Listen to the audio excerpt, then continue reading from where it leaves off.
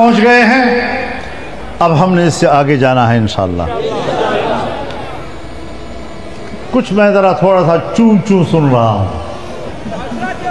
کہ کوئی اور 27ویں ترمیم آ رہی ہے، جو اس میں نہیں ہو سکا وہ کیا جائے، تمہارا باپ بھی نہیں کر کے دکھاؤ ذرا، اور پھر اپنا حشر دیکھ لو کہ تمہارا کیا حشر کیا جائے۔ اس طرح بھی آسان نہیں ہے کہ آپ آرام سے کوئی ترمیم لائیں گے اور ہم چوڑیاں پہن کر گھروں میں عورتوں کی طرح بیٹھے رہیں گے، یہ بھی نہیں ہوگا انشاءاللہ۔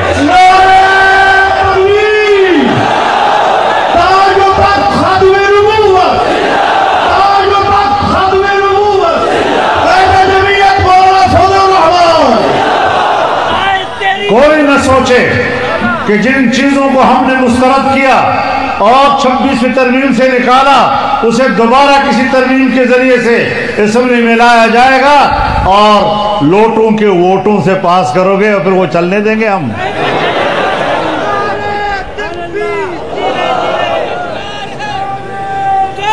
لوٹوں کے ووٹوں سے پاس ہونے والی ترمیم قوم کو قابل قبول نہیں ہوتی۔ ہم نے سپریم کورٹ سے اپنا فیصلہ واپس لینے پر ان کو مجبور کیا۔ قومی اسمبلی میں تو ہم خود بیٹھے ہوئے ہیں، اور اگر کل کلا ہم اسمبلی میں نہ بھی ہوں تب بھی الحمدللہ باہر آپ لوگ تو ہیں نا، پھر مل کر نکلیں گے نا انشاءاللہ، بے فکر رہیں۔ عوام کی سہولت کے لیے بھی کوئی آئینی ترمیم آئے گی جس میں یہ مہنگائی، بجلی کے بل، یہ چیزیں سستی ہوں گی، ختم ہوں گی اور ان کا کلا کما ہوگا جو گراں فروش ہیں؟ دیکھیے، اس حوالے سے تو کوئی آئینی سقم یا قانونی سقم موجود نہیں ہے۔ البتہ جہاں پر کوئی آئینی یا قانونی مسئلہ سامنے آیا تو اس وقت تو وہی زیر بحث رہا اور یہی ہمارا موضوع تھا۔ اس کے علاوہ جہاں تک عوام کے مسائل ہیں، اس کے مسائل کے لیے وسائل پیدا کرنے کی ضرورت ہے۔ اب مسائل ہوں وسائل نہ ہوں پھر تو کام نہیں چلتا۔ ہم سمجھتے ہیں کہ جب وسائل بڑھیں گے تو پھر مسائل کم ہوں گے، اور اس کے لیے معاشی استحکام ضروری ہے۔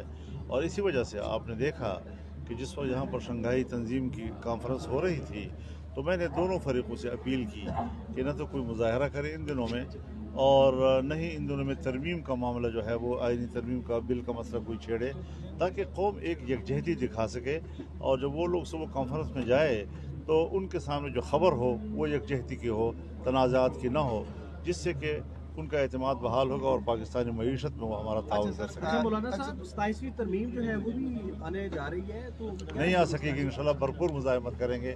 یہ کوئی آسان کام نہیں ہے انشاءاللہ۔ سر، یہ سود جو ہے 31 دسمبر 2027 کا ٹائم دیا تھا، تو اب یہ مسئلہ ہو گیا ہے کہ اس میں پہلے تو شریعت کورٹ کا فیصلہ ایک درخواست سے اٹھ جاتا تھا، اب یہ ہے کہ باقاعدہ وہ سپریم کورٹ میں سنا جائے گا۔ اگر 1 سال تک وہ فیصلہ نہ دے سکا تو شریعت کورٹ کا فیصلہ خود بخود مؤثر ہو جائے گا۔ تو ابھی تو جو اپیلیں ہیں وہ واپس لے لی جائیں گی، اور جب واپس اگر نہیں لی جائیں گی تو چونکہ پرنسپل آف پالیسی جو ہے آئین کا حصہ بن گیا ہے ربا کے حوالے سے، تو ظاہر ہے جب گورنمنٹ اس میں فریق ہوگی تو وہ آئین کے خلاف تو بیان نہیں دے گی نا جی، تو انشاءاللہ وہ مستحکم ہوگی۔ سر، شیخ رشید صاحب جو ہے دوبارہ گیٹ نمبر 4 کھولنے کی نوید سنا رہے ہیں۔ بہرحال میں ان کی بات پر تبصرہ نہیں کر سکتا، انہوں نے اچھی باتیں ہمارے بارے میں کیا تو ہم بھی اچھی بات کریں گے۔ پکڑ دھکڑ کی جو سیاست ہے اس کو آپ کس طرح سے دیکھ رہے ہیں؟ پچھلے دنوں میں کچھ پارلیمنٹیرینز تھے، ان کی مسز کو جو ہے وہ اغوا کر لیا گیا ان کے بقول۔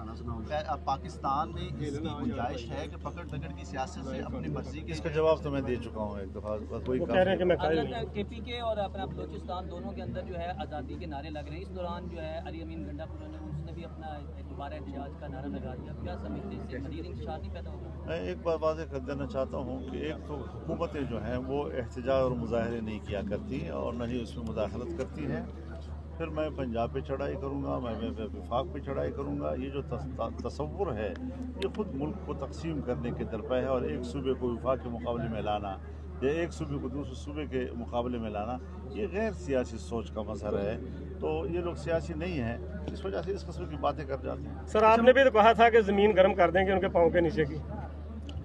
ہر تحریکوں میں اس کا مقصد یہ تو نہیں ہے کہ ہم ایک صوبے کو دوسرے صوبے سے لڑا رہے ہیں، ہم نے تو اپنے نظریے کے مطابق اس وقت بات کی تھی، اور آپ نے دیکھا کہ کہ ہم نے جتنے ملین مارچ کیے، کوئی 15 ملین مارچ کیے، ہم نے آزادی مارچ کیا جس میں کوئی 15 لاکھ لوگ شریک ہوئے اور ایک پتا بھی نہیں ٹوٹا، ایک گملہ بھی نہیں ٹوٹا اس میں، تو ٹریفک بھی نہیں رکی ہمارے تو تمام مظاہروں میں۔